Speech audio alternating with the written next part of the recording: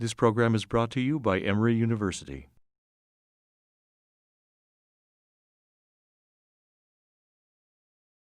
Good morning, everyone. It is my pleasure to introduce Dr. Alanna Morris, who is, of course, here with us at Emory and has been at ECRI since 2013.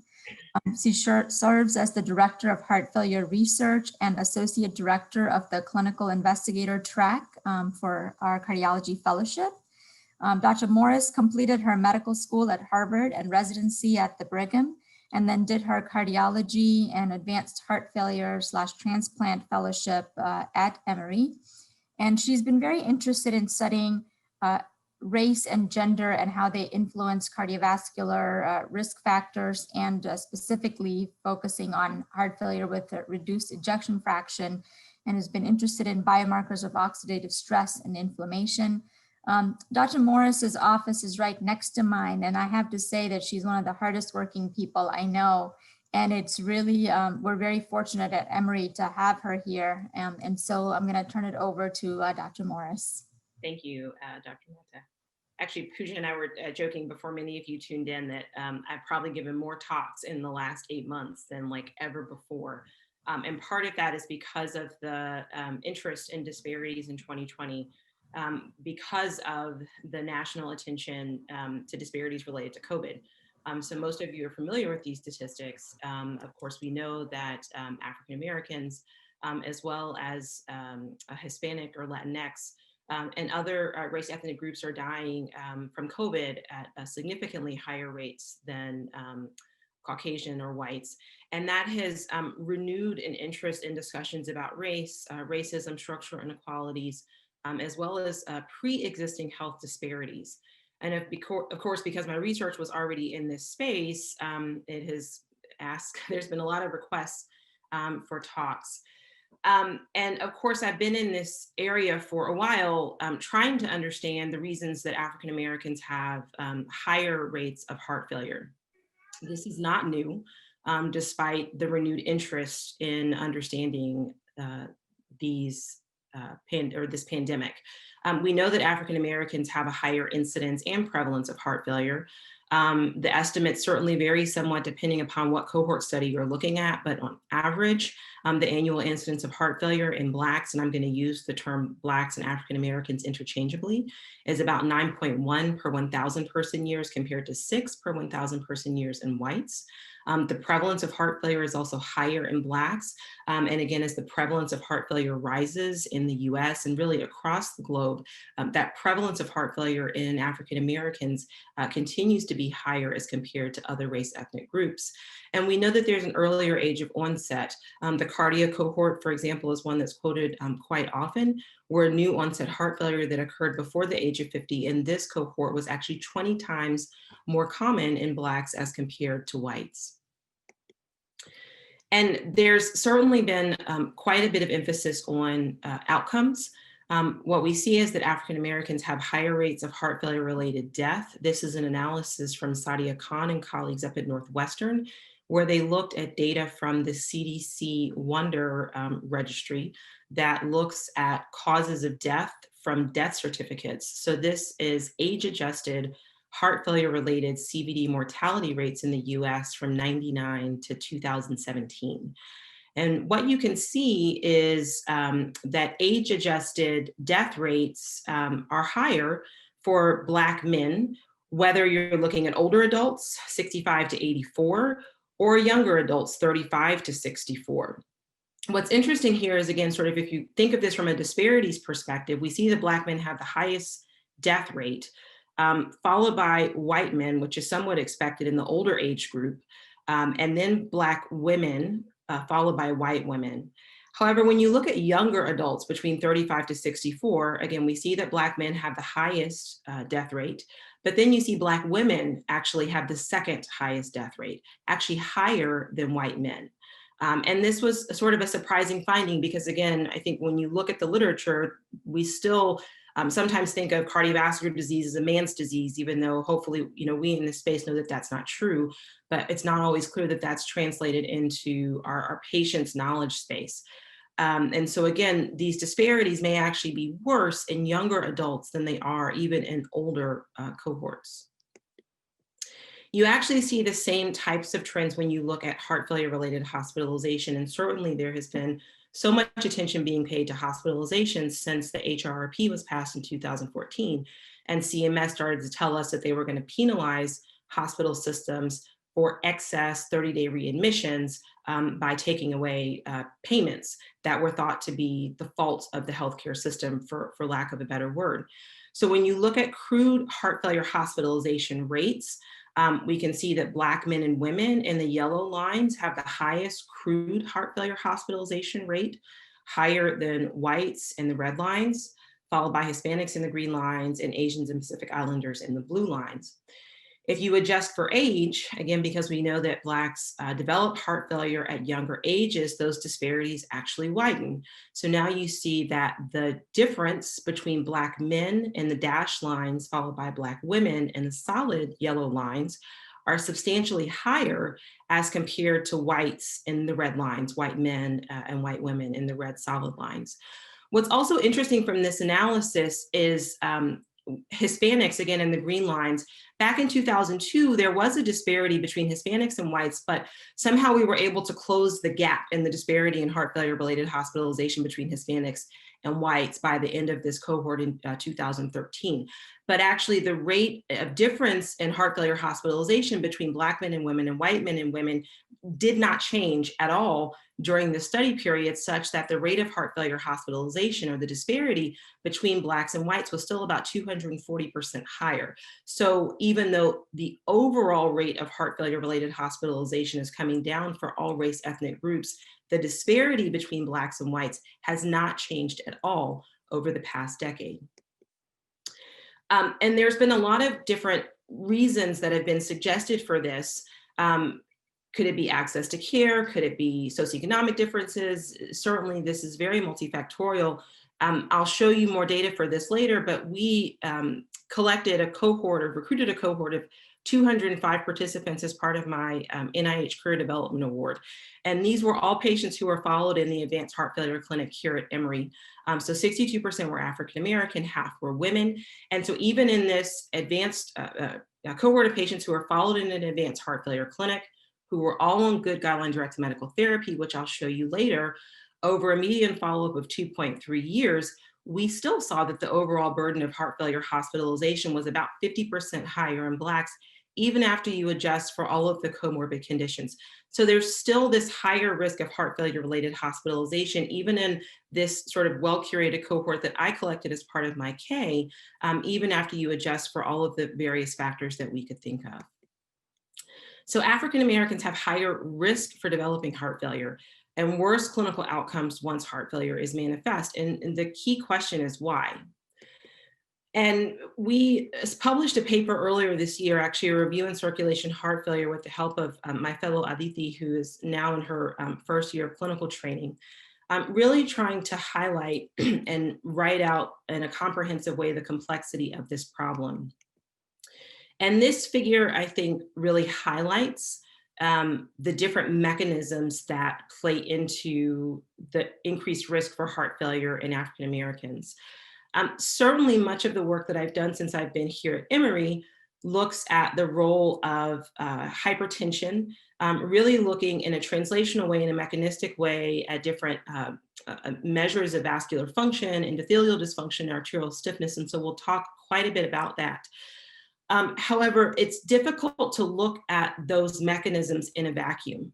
And so part of my work over the past few years has been expanding the work, not only looking at the individual and looking at these different translational biomarkers, as well as different vascular techniques to understand endothelial dysfunction and these different vascular measures, but also looking at the role of social determinants, because certainly where people live and what they have access to influences traditional cardiovascular risk factors. And certainly we know now more than ever that there is huge emphasis on the role of healthcare systems and policy in terms of access, the role of implicit bias, workforce diversity, and all of these different factors really influence the risk for heart failure and the outcomes that we see that are worse in African Americans. So I'll take you through some of these thought processes. So we know that hypertension has the highest population attributable risk for the development of heart failure. That's not new. This is actually old data from the Framingham cohort. And what you see in this data is that even though the hazard ratio associated with hypertension is actually less than that of MI, for example, because hypertension is so prevalent in the population, hypertension has the highest population attributable risk associated with it. We see similar data from an old study that Andreas Kalogeropoulos and Javed Butler did when they were here at Emory a number of years ago, looking at the risk for incident heart failure in the cardiovascular health study cohort. In this study, they did a similar analysis where they look at a number of different, what they called modifiable and potentially modifiable risk factors for incident heart failure. And in the CHS cohort, the risk of incident heart failure was much higher in Black participants. And they also found that the population attributable risk for incident heart failure, that high blood pressure was associated with the highest population attributable risk, even higher than coronary disease, even though coronary disease had the highest risk ratio associated with it. But again, because hypertension is so prevalent in the population, particularly in African Americans, it had the highest population attributable risk. In this analysis, when you take into account hypertension, coronary disease, elevated fasting glucose, LVH, and current smoking, they estimated that you could prevent actually 2/3 of the incident heart failure that was seen in the cardiovascular health study, and about half of the incident heart failure that was seen in white participants in this cohort as well. So certainly much of the heart failure that we see could potentially be prevented. The problem is, as I mentioned, hypertension is so prevalent in the community. This is some data that we put together for this review, looking at the prevalence of different traditional cardiovascular risk factors in the US based on the 2020 AHA heart disease and stroke statistics. And again, when you look at the prevalence of hypertension in Blacks as compared to other race ethnic groups, it's estimated that almost 60% of Black men and 56% of Black women have hypertension. And there's newer data now showing that these estimates are actually postulated to be getting worse. That if we look out 5, 10, 15 years from now, that those numbers are actually going to be getting worse over time. And it's not completely clear why that is. What's also perplexing is that if you look at hypertension treatment and control, that we actually are doing the right job. So there's certainly data to show that African Americans are more aware of their hypertension, and they're actually more likely to be on therapy. And this data from NHANES actually confirms that. So what we see in this analysis is that Black patients are more likely to be on thiazide diuretics and calcium channel blockers as compared to whites per the guidelines. That they're more likely to be on polytherapy, so more likely to be on multiple drugs to control their blood pressure. And yet, despite that, they're still less likely to have their blood pressure at control, at therapeutic guidelines or at therapeutic target, whether you're looking at JNC7 or JNC8 guidelines. So the question is, why is that? Why is that if you're thinking about this from an epidemiologic perspective? And that is sort of where my research comes into play. When I came to Emory, some of the work that I started doing with Dr. Kayumi as a fellow really got into this question of translational work and the role of nitric oxide bioavailability in Blacks. When I came here, myself and Ayaz Rahman were doing various studies in cohorts. Ayaz at the time was working on this paper with Mick Oscor, who was another fellow in Dr. Kayumi's lab. And Mick and Ayaz would go down to the GCRC and infuse LNMMA and other substances into arterial lines in patients in the GCRC. LNMMA is a competitive inhibitor of nitric oxide synthase.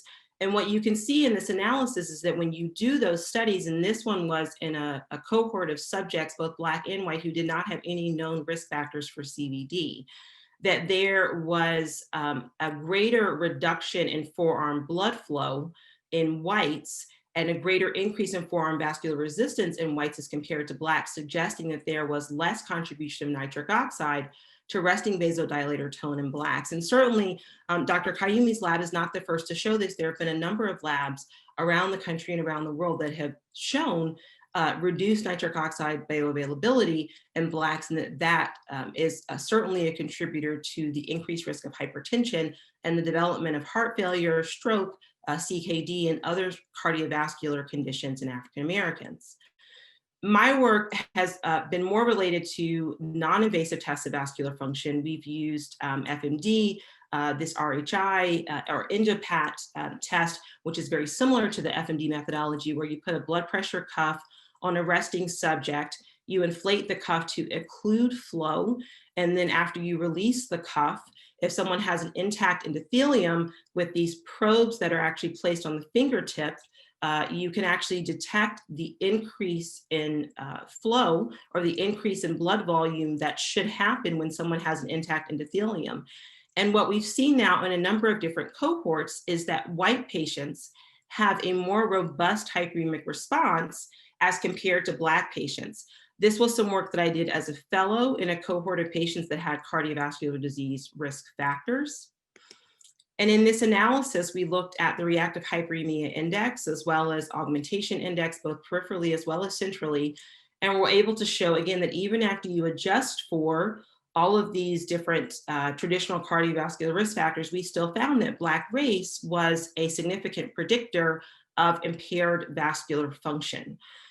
We were actually even able to tease out a subgroup of these patients who did not have any cardiovascular risk factors to speak of, and still show that Black race was predictive of lower or impaired vascular function. And again, this has been showed in other cohort studies like Bogalusa and other studies, even in adolescents who, again, do not have any cardiovascular risk factors to speak of.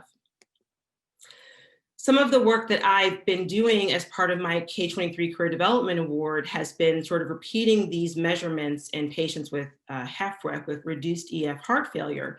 These are, again, patients who have been recruited from the advanced heart failure clinics here at Emory. You can see that the Black patients are younger.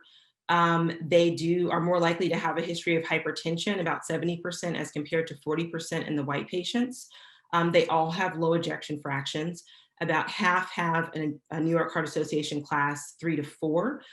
The measured blood pressures, although the diastolics are statistically significantly higher in the Blacks, I would argue that if you were to see these patients in clinic with a measured blood pressure on average of 115/70 in the Blacks and 110/64 in the whites, that most of us would not consider those blood pressures actionable. They would be considered in the normal range. And when you look at the use of guideline-directed medical therapy, that it's actually equivalent between the whites and the Blacks in this cohort. And in fact, because of the guideline indication for the use of hydralazine and isosorbide, in fact, the Black patients perhaps are on more guideline-directed medical therapy. And despite that, we still see this persistent abnormality in the reactive hyperemia index in these Black patients with reduced EF heart failure, despite the fact that their measured blood pressures are the same, and they are actually on equivalent amounts, if not more, guideline-directed medical therapy. Again, here you see that hyperemic response is much higher in the whites with heart failure as compared to the Blacks. So a very persistent signal that we'll be showing at the AHA next month. So one of the things that we tried to do as part of my Career Development Award was to use metabolomics to try to understand why we see this vascular signal. What is it about Black race, so to speak, that is responsible for this abnormal vascular signal? And with the use of metabolomics, we were actually able to identify a collection of metabolites comprised of amino acids, fatty acids, and phospholipids, uric acid, and creatinine that actually explains the association of Black race with this low RHI or abnormal vascular signal. These are the metabolites that comprise this score that's associated with impaired endothelial function. Most of these are amino acids, including methyl-L-histidine, hydroxyproline, and many of these have actually been shown in prior studies to be worse or associated with worse vascular function, including worse flow-mediated dilatation, including in patients with heart failure. This hydroxy-L-proline is actually a metabolite of proline. It's a component of collagen. At elevated levels indicate collagen turnover and has been associated with hypertension. Again, you can see that many of these have been associated both in preclinical models as well as clinical models to be associated with hypertension. This 3,4-hydroxyphenyl lactate has actually been associated with incident hypertension in Black participants.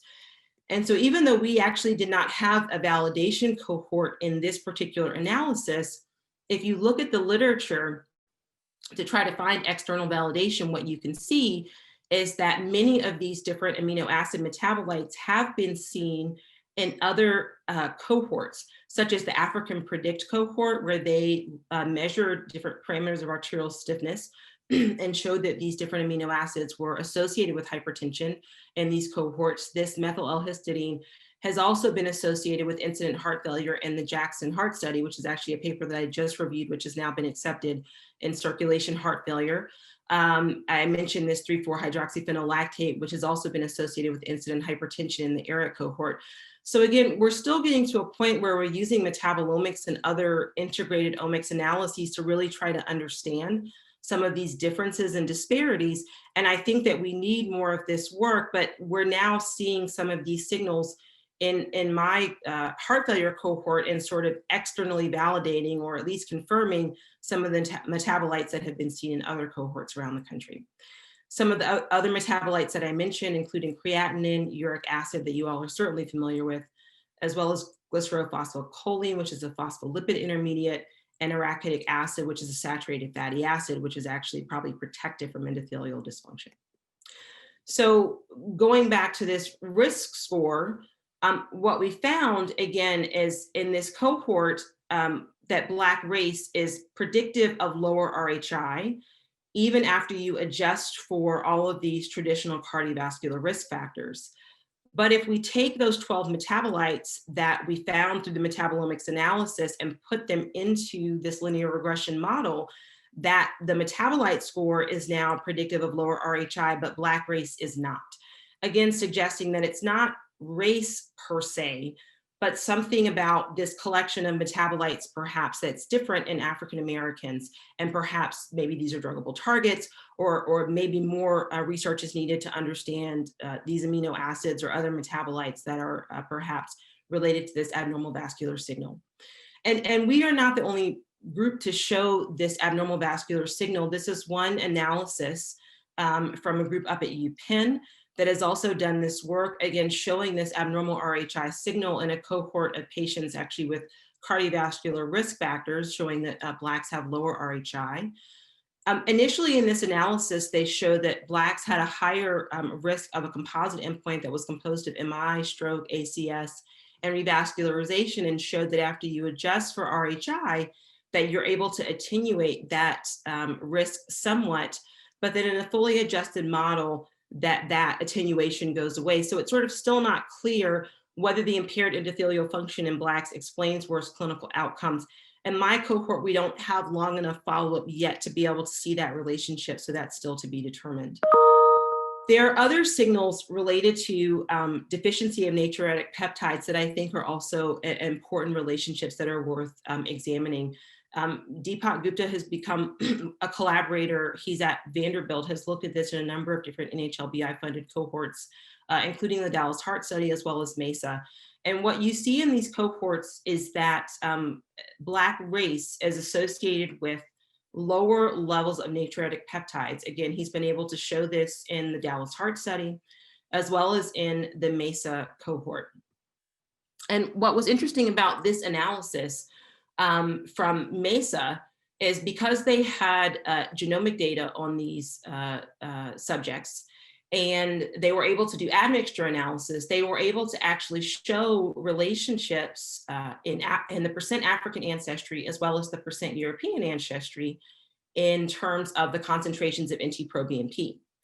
So what they showed in these analyses is that as your percent African ancestry went up, your concentrations of NT-proBNP go down by about 10% on average. And that was true in self-reported Blacks, as well as self-reported Hispanics, who we know are Latinx, who we also know are admixed as well and have a certain amount of African ancestry. And interestingly, that proportion was about the same in the self-reported Blacks as the self-reported Hispanics. where again, a 20% increase in African ancestry in the Hispanics was also associated with about a 10% decrease in NT-proBNP levels in the Hispanics. What are the physiologic consequences of having natriuretic peptide deficiency? This is where it gets really interesting. Well, we know natriuretic peptides are responsible for a number of positive physiologic effects, including decreased filling pressures and increasing lusitropy, increasing vasodilatation, increasing natriuresis and diuresis, as well as actually increasing insulin secretion. And so if you have a phenotype that is characterized by deficiency of natriuretic peptides, you actually might see elevations in heart rate and blood pressure, increases in cardiac hypertrophy and diastolic dysfunction, more hypertension, more salt and fluid retention, and actually more obesity and a predisposition towards diabetes. And some of the work that Deepak was actually able to do, again, sort of looking at FMD as a marker of endothelial dysfunction, another metric that you can use to measure endothelial dysfunction, again, in this MESA cohort, showing that NT-proBNP levels are lowest in the African Americans in MESA. FMD is also lowest in the African Americans in MESA.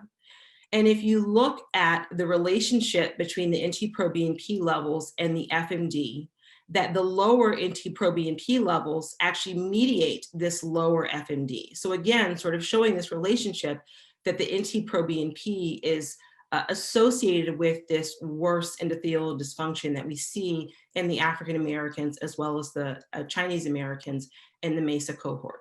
Now again, why is this important? Because this predisposition towards vascular dysfunction is certainly associated with abnormalities in cardiac structure and function, and these relationships may differ based on self-reported race. This was one analysis from the ARIC cohort, where they looked at race-specific associations of arterial elastins with various measures of cardiac structure and function. So in this analysis, they sort of used arterial elastins as this lumped parameter, if you will, that incorporates both the mean and the pulsatile components of systemic vascular properties, and really just reflects the total arterial afterload. And, you know, again, there's thought that arterial afterload, even after you sort of think beyond measured blood pressure, if you will, is higher in Blacks than whites.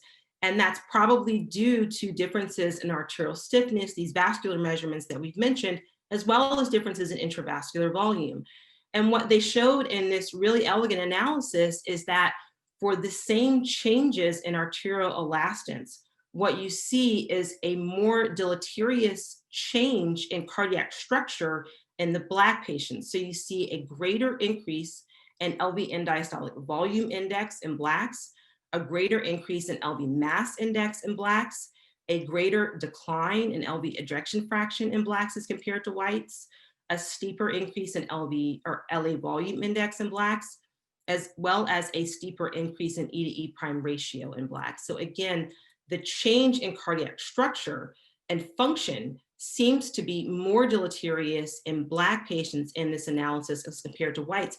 And the really interesting thing about this analysis was, again, they were able to show here, because they had genomic data, when they didn't add mixture analysis, that those changes were directly related to the percent African ancestry in these patients as compared to the whites. So the more African ancestry that you had, the worse and more deleterious these changes were. And again, here's another analysis sort of showing why this is important. This was a data from the Cardiovascular Pooling Project. So over 15,000 subjects from ARIC, the Dallas Heart Study in MESA. So they took these 15,000 subjects and put them into three groups. So those who had no evidence of LVH on EKG, those who had evidence of LVH on EKG but had normal cardiac biomarkers, troponin and NT-proBNP, and those that they called malignant LVH, so those who had evidence of LVH and had abnormal biomarkers.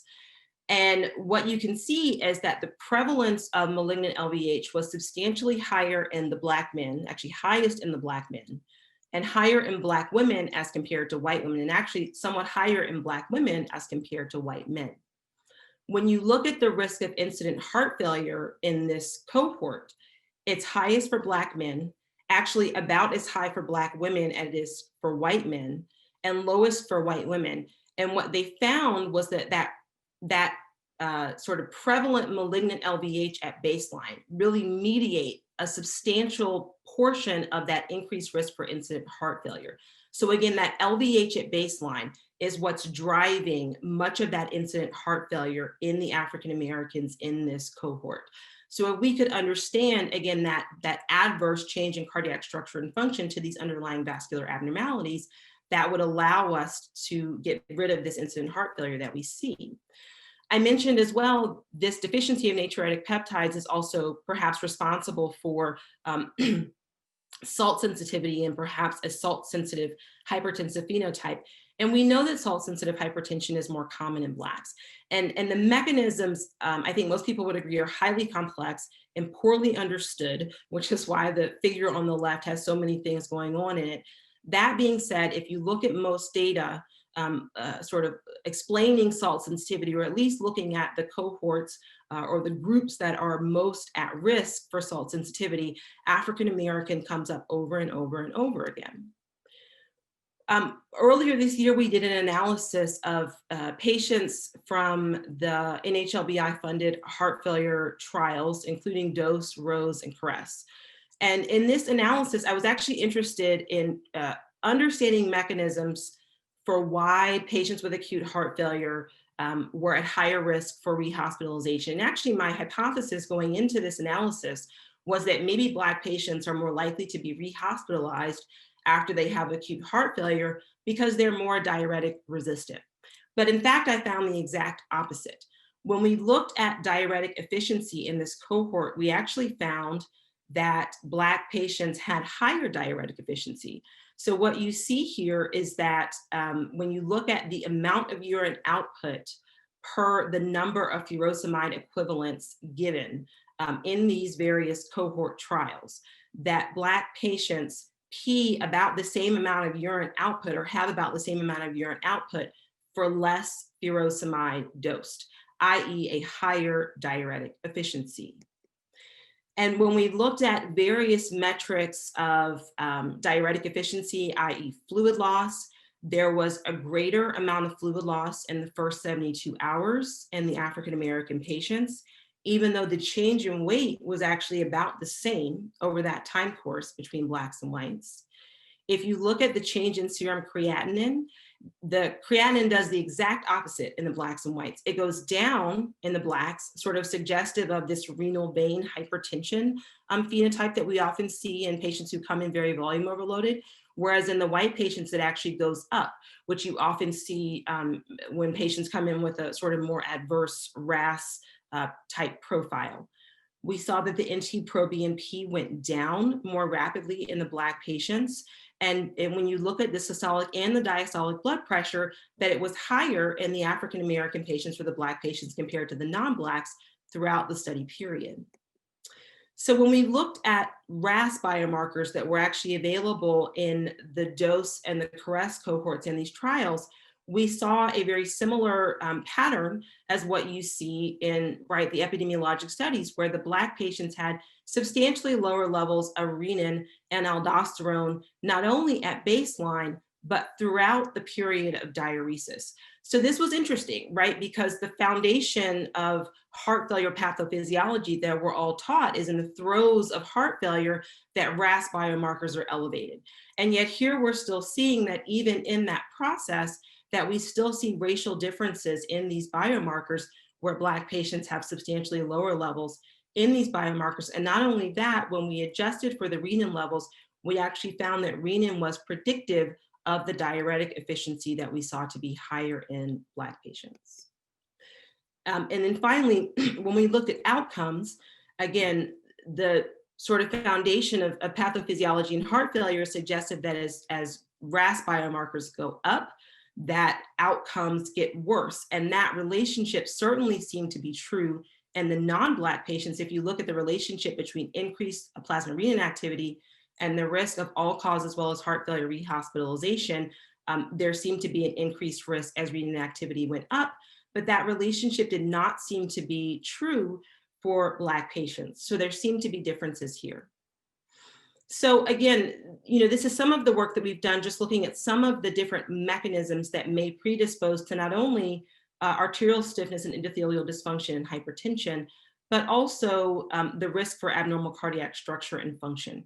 However, you can't just look at these differences in a vacuum. And we know that there are social determinants of health that also predispose to the risk for salt sensitivity, right?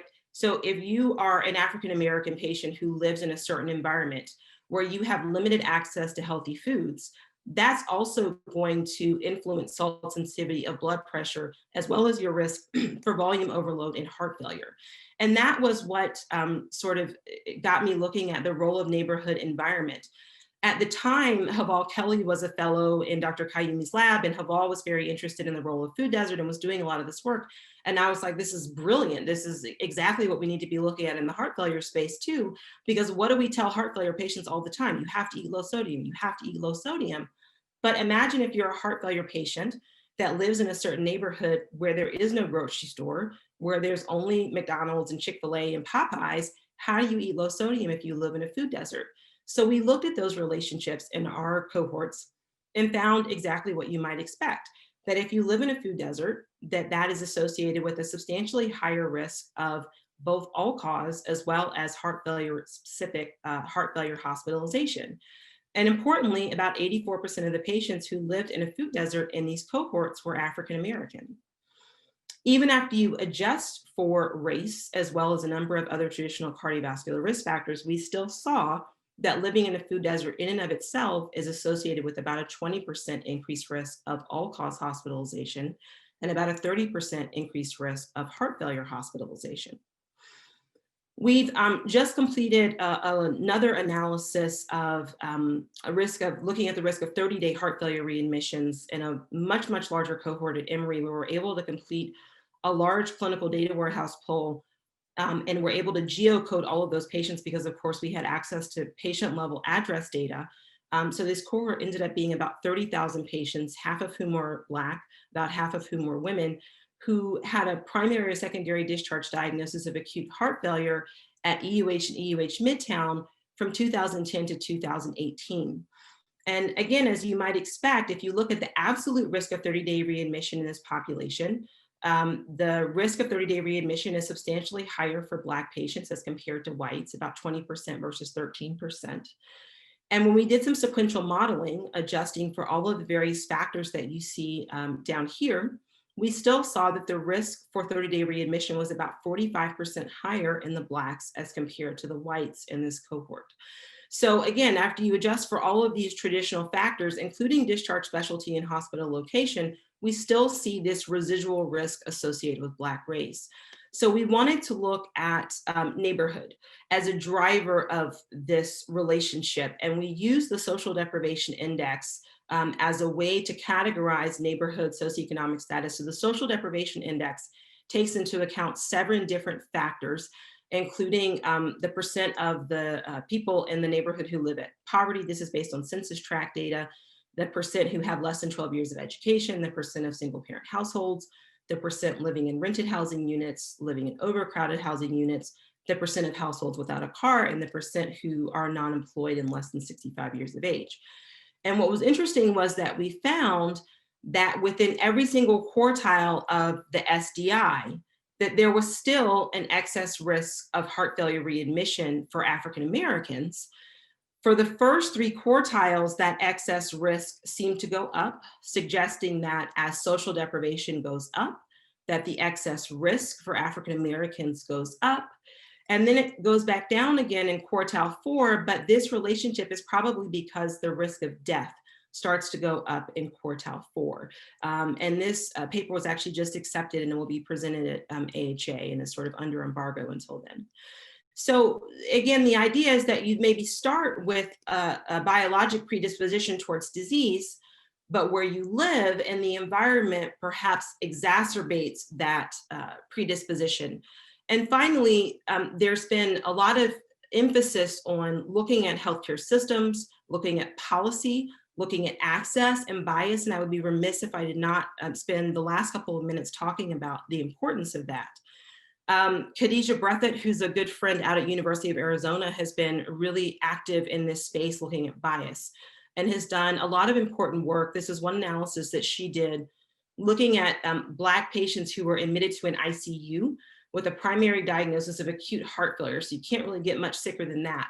And showed that in a cohort of over 100,000 patients, that no matter how you slice and dice this cohort, whether you look at age less than or over than 65, if you look at men compared to women, if you look at a hospital in a rural versus an urban setting, that no matter how you look at different subgroups, that African Americans are less likely to receive their care by a cardiologist, even when they're admitted to an ICU with a primary diagnosis of acute heart failure. And not surprisingly, if you do receive care by a cardiologist, you have better outcomes, lower risk of mortality and lower risk of readmissions. Lauren Eberle also looked at this in a cohort from the Brigham and saw the exact same type of phenomenon, where she looked at Black versus white as well as Latinx versus white in their cohort up at the Brigham, and again saw that Blacks and Latinx were less likely to be admitted to cardiology services as their primary care services when they came in with a diagnosis of acute heart failure as compared to white patients. And that patients who were admitted to a cardiology service had a lower likelihood for readmission and a lower likelihood for coming back to the hospital. And not surprisingly, when we looked at this in the analysis that I just showed to you, when you look at the primary discharging specialty for patients, again, this large cohort of patients who were admitted to Emory, Emory University Hospital, as well as Emory University Midtown, you can see that Black patients were less likely to be taken care of on a cardiovascular specialty service as compared to an internal medicine service. So this is now a phenomenon that's been repeated in multiple different studies showing that Black patients, even though they're sicker and we know they have worse outcomes, are less likely to be taken care of by cardiovascular specialists. So I want to end by just sort of pointing out this editorial by Ann Taylor that was published now a number of years ago that I love. And in this editorial, Dr. Taylor talks about racial differences versus racial disparities, because all of the attention, I think, in 2020 has been on disparities. And in this editorial, Dr. Taylor urges us to know the difference. Racial differences are clinical, biological, genetic, or epigenetic factors that are associated with disease risk, outcome, or treatments that are not caused by social factors that vary in prevalence in population groups. Whereas disparities are differences that are the result of the operation of healthcare systems, legal and regulatory climates, as well as discriminatory biases, stereotyping, and uncertainty. And I think that, APOL1 gene nephropathy is another really incredible example of this. This is probably one of the most important discoveries in medicine in the last couple of years. These risk variants in the APOL1 gene on chromosome 22 were really first discovered in African Americans. And it's now known that they confer a substantially increased risk of kidney disease as well as early onset hypertension in African Americans. It's thought that the risk is maybe 17 times higher for developing FSGS, maybe 30 times higher for the risk of developing HIV-associated nephropathy. And those variants rose to very high frequency in Western Africa as a protective mechanism for African sleeping sickness. And you can really trace the sort of pattern of the allele frequencies of those variants with the slave trade from Western Africa across the Atlantic to Northern America, as well as the Caribbean and Southern America, again, sort of with the African diaspora. So many of these patients that we even see in our clinic today, who we call hypertensive renal failure or hypertensive CKD, many of these patients have APOL1 gene nephropathy. We just don't look. And these are differences, but there are also disparities that also contribute to CKD in these patients. And this is a perfect example, I think, of differences versus disparities. And the cardiovascular space shows the same thing. So Dr. Taylor in this editorial says, race has been the traditional way to describe populations originating from different continents with similar superficial phenotypic characteristics.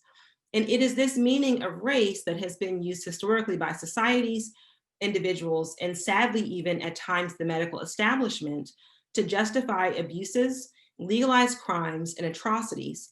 And within this context, social scientists rightly insist that the concept of race has no place in medicine.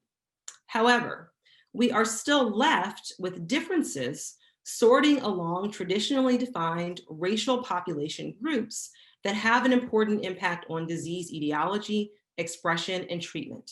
And these differences still require focused study to understand their causes, impact, and mitigation.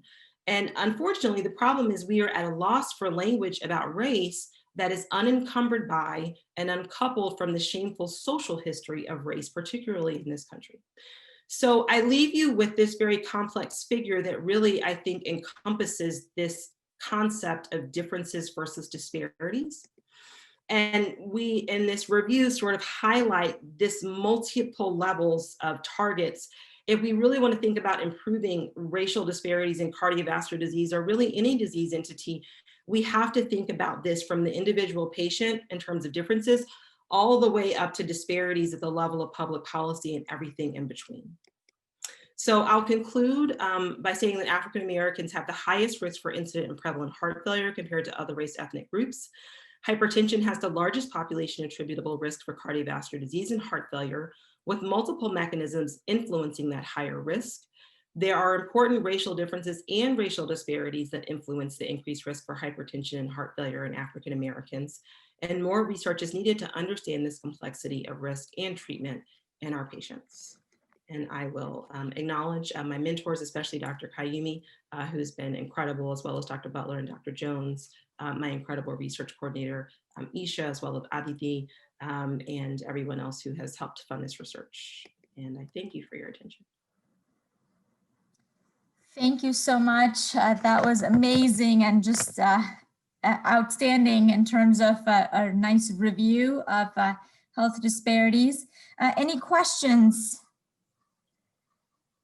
Well, okay, so there's a question in the chat box here from Dr. Sperling.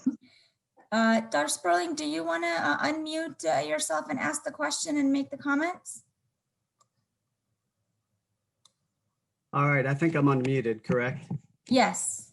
Oh, first of all, Dr. Morris, what an outstanding Grand Rounds presentation. Really, really fantastic.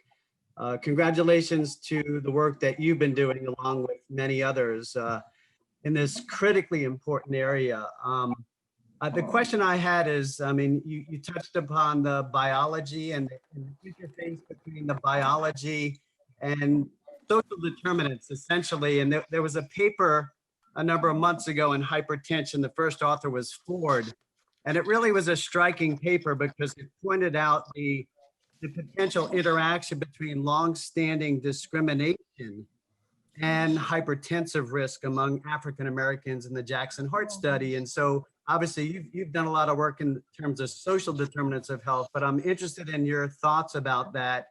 And then I added as well, I would really encourage all of you to review at least the 10 major take-home points from the Surgeon General's call to action related to hypertension control in our US population, because Dr. Morris highlighted several times the population attributable risk related to hypertension. And not only are we not doing better in this area, we actually are sinking related to hypertension control in our country.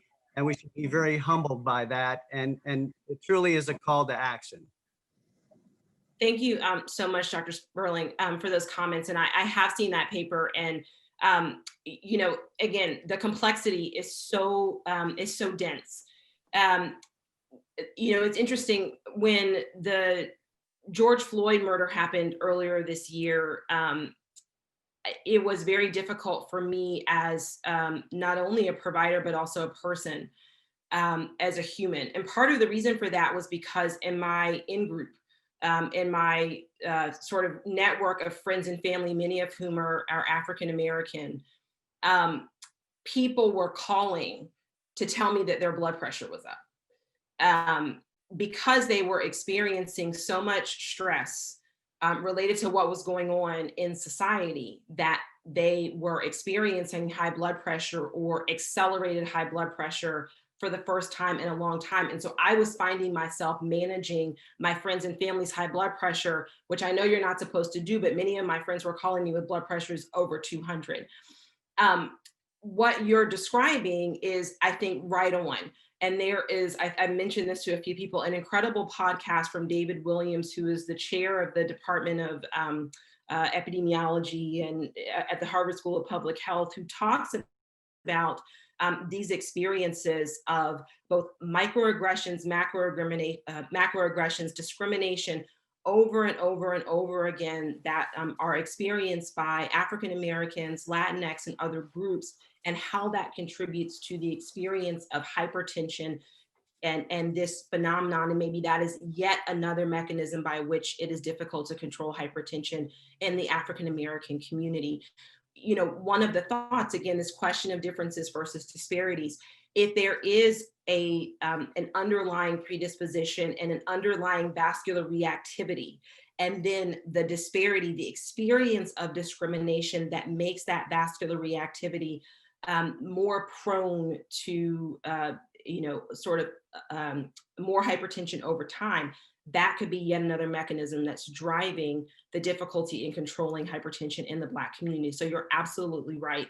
There's so many different inputs, and it's very, very difficult to tease this out and to try to figure out what is the best way to control blood pressure in the population. Alanna, this is Andy Smith. The paradigm study showed that sacubitril valsartan had really twice the impact of ACE inhibitor therapy overall in heart failure. But later, the Pioneer study that came out suggested that there may be less of an impact in African American patients.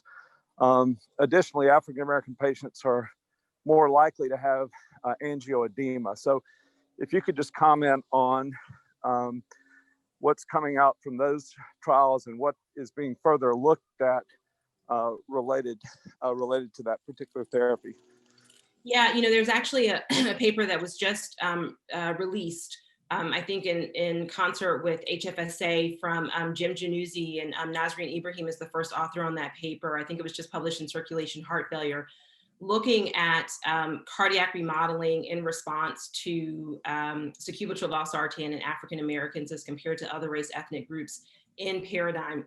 You know, one of the questions, of course, we think that one of the important benefits of sacubitril valsartan is the impact on natriuretic peptides, of course. And to your point, one of the perhaps questions is if initially, if you start someone on sacubitril valsartan and you raise natriuretic peptide levels, and that over time you see those natriuretic peptide levels fall. But if there are truly race ethnic differences in natriuretic peptide levels, will African American patients see the same benefit from that drug? I'm not sure we have enough data at this point to show that. This paper from Nazreen Ibrahim looks at some of those differences. One of the difficulties in sort of drawing a conclusion from her analysis is that the African Americans in that analysis had more adverse changes in cardiac structure and function, as we've talked about, to begin with when they enrolled in that trial. And I think that they had lower levels of NT-proBNP to start. And so if I recall correctly, I think they did not have as much benefit in terms of cardiac remodeling as the white patients in that analysis. Whether that is a function of, you know, less impact of sacubitril valsartan over that short study time versus, again, the fact that maybe they were starting with less natriuretic peptides, I'm not sure that anybody knows the answer to that yet. I don't know that we have enough data to say that sacubitril valsartan is not beneficial in African Americans, but I think that we certainly need more data to understand some of these differences, particularly because we have some data to suggest that there are baseline differences in natriuretic peptide levels. There's a question in the chat box from Dr. Mahmoud Abdu. Would you like to unmute and ask the question? Absolutely. Good, great talk, Alanna. Thank you very much. Really awesome summary. And I had looking at your data, I had one question that I'm thinking about, and is it, would we see in this near future more studies for management of HFrEF that may take into account medications like hydralazine isorbate dinitrate as first-line therapies after beta blockers in lieu of ROS modulators, ACE inhibitors, ARBs, and ARNIs, or other similar medications that work on this phenomena of that the Black/African American race have different, baseline natriuretic peptides, so on and so forth, cardiac biomarkers. I was wondering what your thoughts on that was. Yeah, I don't think so. I personally don't think so. I've had some very interesting conversations with different investigators who were on the steering committee for AHFT, who have given me, their personal anecdotes of the fury, I suppose, and the backlash from the scientific community after the results of AHFT were published. I mean, I think, to put it into perspective, right, the 43% relative risk reduction in mortality from AHFT was the largest single relative risk reduction in mortality that we've seen from any heart failure study. And yet when you look at the utilization of hydralazine and nitrates across the board for African Americans, it's grossly underutilized. And there have been some interesting studies in the last couple of years sort of showing that clinicians feel uncomfortable with the idea of race as the indication for a drug, even though we have, these very interesting translational studies looking at the data for lower nitric oxide bioavailability, higher oxidative stress, and the old data from the BHEF trials sort of showing the reasons why we did AHFT in the first place. And yet, despite that, people were uncomfortable with this idea of self-reported race being the indicator for that drug therapy. So I'm not sure if there's going to be a resurgence in the use of hydralazine and isosorbide for those reasons. I'm actually giving a talk at AHA, sort of looking at this. One of the other questions is now that we will have SGLT2 inhibitors, potentially vericiguat, we have ivabradine, we're now in this space with HFrEF, where we've got a ton of different drugs to choose from. And hydralazine isosorbide is one of those drugs, MRAs. How, will we perhaps get to a point maybe where we can use precision medicine and some sort of, I don't know, or some sort of combination of NT-proBNP with some other biomarkers, metabolomics or integrated omics to decide the cocktail for certain patients that might be of use. I think that's all up in the air, but I don't know that we are going to see a recapitulation of AHFT for a variety of reasons. But Alanna, just to clarify, the guidelines are related to class 3 and 4 heart failure, and I guess his question was, whether we look at that in less symptomatic patients or as earlier therapy, but the guidelines still hold that it's class 3 and class 4 when it should be initiated. Right. Sorry, I'm looking at the question in the chat box, which says to use it in lieu of RAS inhibitors, and I don't think that you would ever. I don't think anybody's ever going to do that trial, right? Because again, AHF was that drug Andy, on top of what was guideline-directed medical therapy at that time, which was ACE, ARBs, MRAs, and actually, a certain number of those patients were on digoxin. So I don't think anybody's ever going to go back and take patients off of RAS inhibition and try to use hydralazine and isosorbide plus beta blocker as first line in place of. I don't think anybody's going to pay for that drug. And Dr. Neil Dickert has a follow-up question. Yeah. So I think this discussion's super interesting, and Alanna, you and I have talked about this before. I think it'd be interesting to hear your thoughts about it. So this debate reflects a really interesting problem of enrollment in clinical trials, right? So you look at Paradigm, DAPA-HF, they included somewhere like 4 to 5% African Americans. So we have guidelines being written with radical under-inclusion of African Americans. And then we have one trial which only enrolled African Americans. and so we have this really interesting way in which the system of clinical trial conduct has sort of failed one of the most important populations with heart failure. And I guess I'd be interested in kind of thoughts about either trends you see in changing that, or sort of other than the simple solution of just fix it because this isn't okay. What are your thoughts on kind of how to go about that, or what trends you see coming down the pike?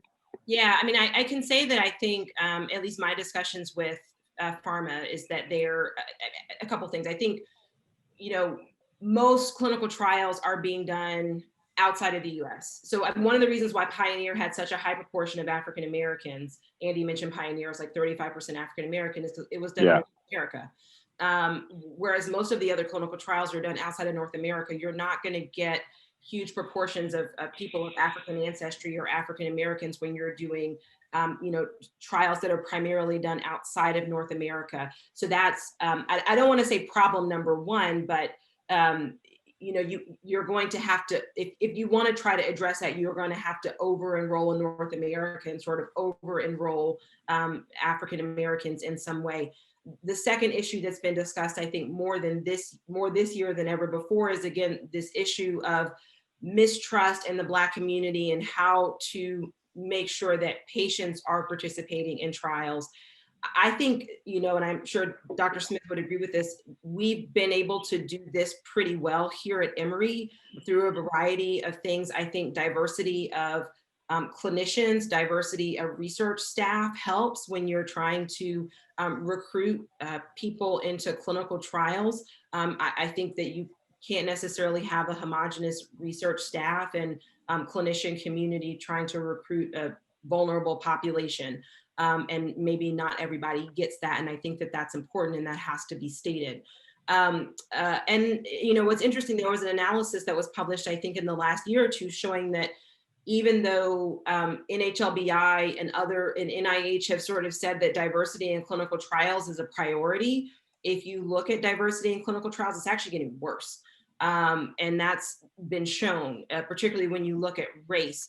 And so I think that we have to double down with the pharmaceutical industry and sort of say, how can we make sure that this is a priority where we aren't doing heart failure trials or stroke trials or other trials in conditions that disproportionately affect African Americans, but we see, you know, 3%, 4%, 5% enrollment of African Americans. I know there's been certainly a lot of talk about this with the COVID vaccine because the initial, some of the initial reports related to the COVID vaccine showed very low numbers of African Americans in those trials related to the data that we were seeing in terms of the deaths and the cases across the country. And people were really starting to highlight that.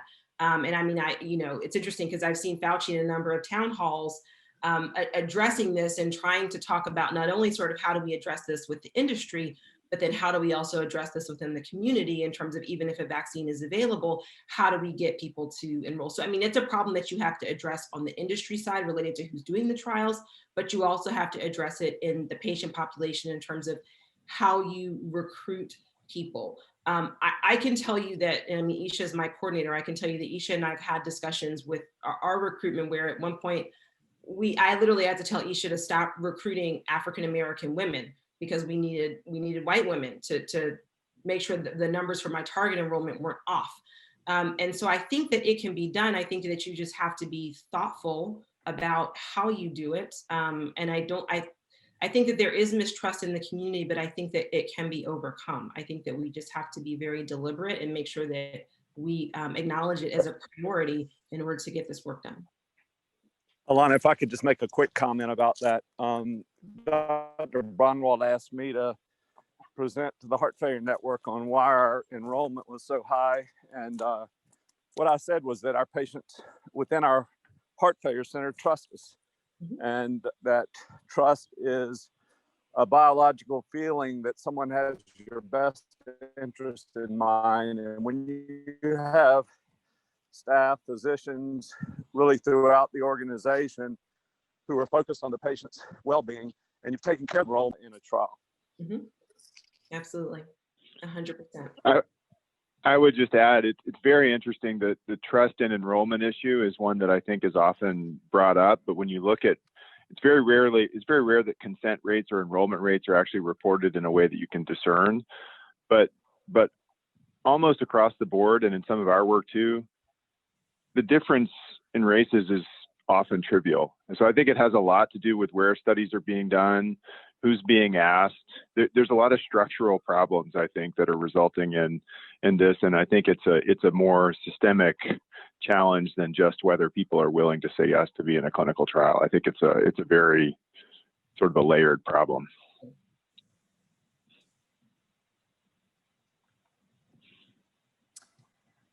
I know your time is up, but in regard to those last two comments, I'm struck by who gets in trials and whether the trials are tilted toward urban patients and whether the rural population, we have so much difference in many ways now with politically and everything else between urban and rural, that I'm curious what the rural participation is and whether it would be informative. Absolutely. I think that's a great point, Dr. King. And when you said that, it actually reminded me of, so two things. As you and Dr. Dicker just mentioned, sometimes we don't ask certain patients because of the perception that they're going to be non-compliant, right? So when we're trying to get patients into clinical trials, we want to make sure that we enroll patients who we think are going to be compliant so that we don't have significant loss to follow-up. If you look at the implicit bias literature, there's clear data across the board that we tend to perceive African-American patients as more non-compliant. If you look at rural versus urban, and you think about the amount of time that patients have to put in to travel back and forth to the Center for Participation in our clinical trials, that's absolutely important as well. And we may be less likely to approach rural patients for participation because they may not want to come back, or we may perceive them as not wanting to come back and forth for trials, or they may not be able to. We recently were participating in a clinical trial that required patients to come back and forth once a week for the first like 6 weeks of follow-up. So yeah, I mean, if you live, 2 hours away from the study center and you've got to come back once a week for 6 weeks, that may not be reasonable for someone who lives far away, particularly as sort of getting in and out of traffic in Atlanta adds probably an extra hour of transit to that maybe 2-hour time. So that absolutely impacts maybe who you can recruit, even if you ask, and it may impact who you decide to ask. So all of those things, may affect who we end up enrolling in our clinical trials based on race, gender, rural versus urban. It may make it such that we only recruit certain types of people, and thus we get certain types of results. Terrific presentation. Loved it. Great. Thank you so much again. That was outstanding. And if there are no more questions or comments, since we're past time, I will go ahead and close, and I will see everyone next week. Thank you so much. The preceding program is copyrighted by Emory University.